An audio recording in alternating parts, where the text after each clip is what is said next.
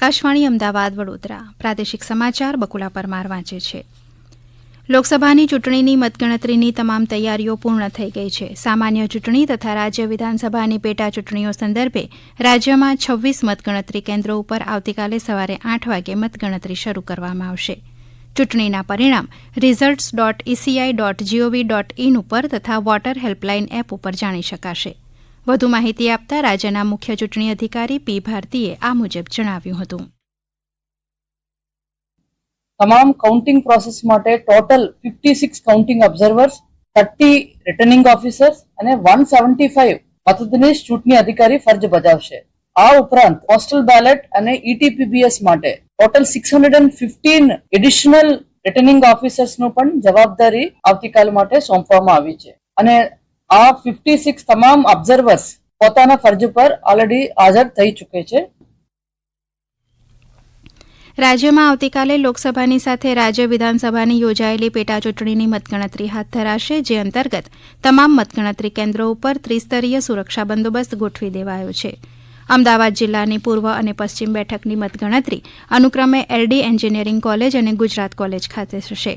Ahmedabad collector કચેરી ખાતે જિલ્લા ચૂંટણી અધિકારી પ્રવીણા ડીકે તથા ચૂંટણી પંચ દ્વારા નિમાયેલા ચૂંટણીના જનરલ અને કાઉન્ટિંગ ઓબ્ઝર્વરની ઉપસ્થિતિમાં મતગણતરી સ્ટાફનું સેકન્ડ રેન્ડમાઇઝેશન કરવામાં આવ્યું હતું. અમદાવાદ પૂર્વ અને પશ્ચિમ બેઠક માટે દરેક વિધાનસભા વિસ્તારમાં 14 ટેબલ લેખે 98 ટેબલ ઉપર કુલ 1200 જેટલા મતગણતરી સ્ટાફની ફાળવણી કરવામાં આવી છે. ગાંધીનગર લોકસભા અંતર્ગત આવતી 7 વિધાનસભાની મતગણતરી ગાંધીનગર સેક્ટર 15 સરકારી કોલેજ ખાતે થશે. કચ્છના 6 વિધાનસભા મતવિસ્તાર અને મોરબી મળી કુલ 7 મતવિસ્તાર અને પોસ્ટલ બેલેટની ગણતરી આવતીકાલે ભુજની સરકારી એન્જિનિયરિંગ કોલેજના 8 હોલમાં યોજાશે. આ મતગણતરી કેન્દ્ર ઉપર ત્રિસ્તરીય ચુસ્ત સુરક્ષા વ્યવસ્થા ગોઠવી દેવામાં આવી છે. મતગણતરીની કામગીરી માટે તંત્ર દ્વારા રિઝર્વ તથા 2000થી વધુ અધિકારી અને કર્મચારીઓને અલગ તારવવામાં આવ્યા છે. મહેસાણા લોકસભા બેઠક માટે આવતીકાલે બાસણા મર્ચન્ટ કોલેજ ખાતે મતગણતરી થશે.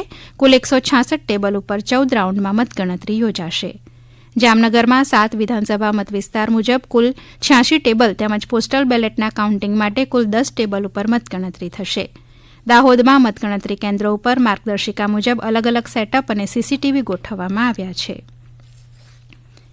રાજકોટમાં આગ દુર્ઘટના બાદ રાજ્યમાં ફાયર સેફટી અંતર્ગત પગલાં લેવાઈ રહ્યા છે, જેમાં અરવલ્લી જિલ્લા પોલીસ વડા કચેરી અને પોલીસ હેડક્વાર્ટર ખાતે મોડાસા નગરપાલિકા ફાયર વિભાગ દ્વારા તાલીમ યોજવામાં આવી હતી.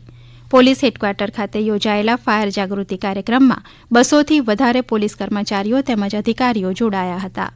કચ્છના સરકારી દવાખાનાઓમાં હવે દર મહિનાની 6ઠી તારીખે ફાયર મોક ડ્રીલ યોજાશે. તમામ સબ centre, PHC, CHC, sub district હોસ્પિટલમાં ફાયર સાધનોની સાથે ઇલેક્ટ્રિક વાયરોની ચકાસણી કરવા તાકીદ કરાઈ હતી.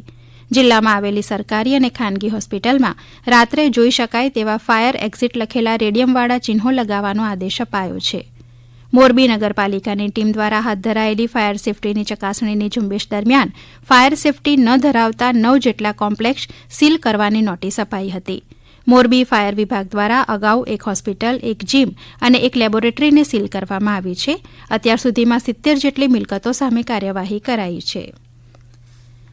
આજે વિશ્વ સાયકલ દિવસની રાજ્ય સહિત દેશભરમાં ઉજવણી કરવામાં આવી રહી છે. આ દિવસનો મુખ્ય ઉદ્દેશ શારીરિક તંદુરસ્તી, પર્યાવરણ જાગૃતિ અને સામાજિક ભાવનાને પ્રોત્સાહન આપવાનો છે.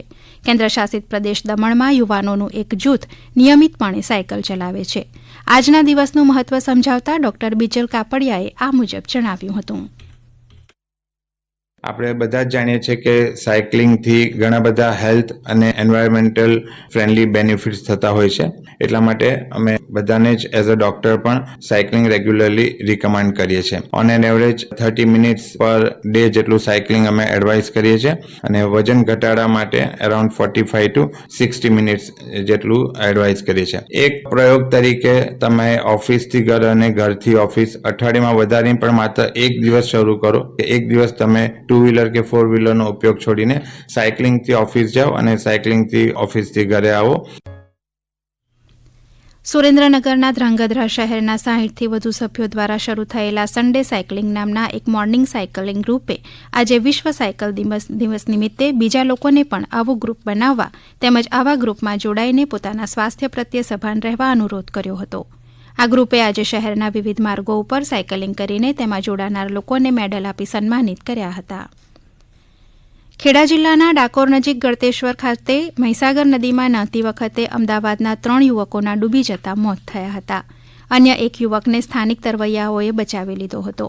ગઈકાલે અમદાવાદના 9 જેટલા યુવાનો ગળતેશ્વર ખાતે મહીસાગર નદીમાં સ્નાન કરવા ગયા હતા, જેમાંથી એક યુવાન ઊંડા પાણીમાં ડૂબતા તેને બચાવવા જતા 3 યુવાનો પણ ડૂબ્યા હતા. ગઈકાલે એક યુવકનો મૃતદેહ મળી આવ્યો હતો, જ્યારે આજે અન્ય 2 યુવકોના મૃતદેહ મળી આવ્યા છે.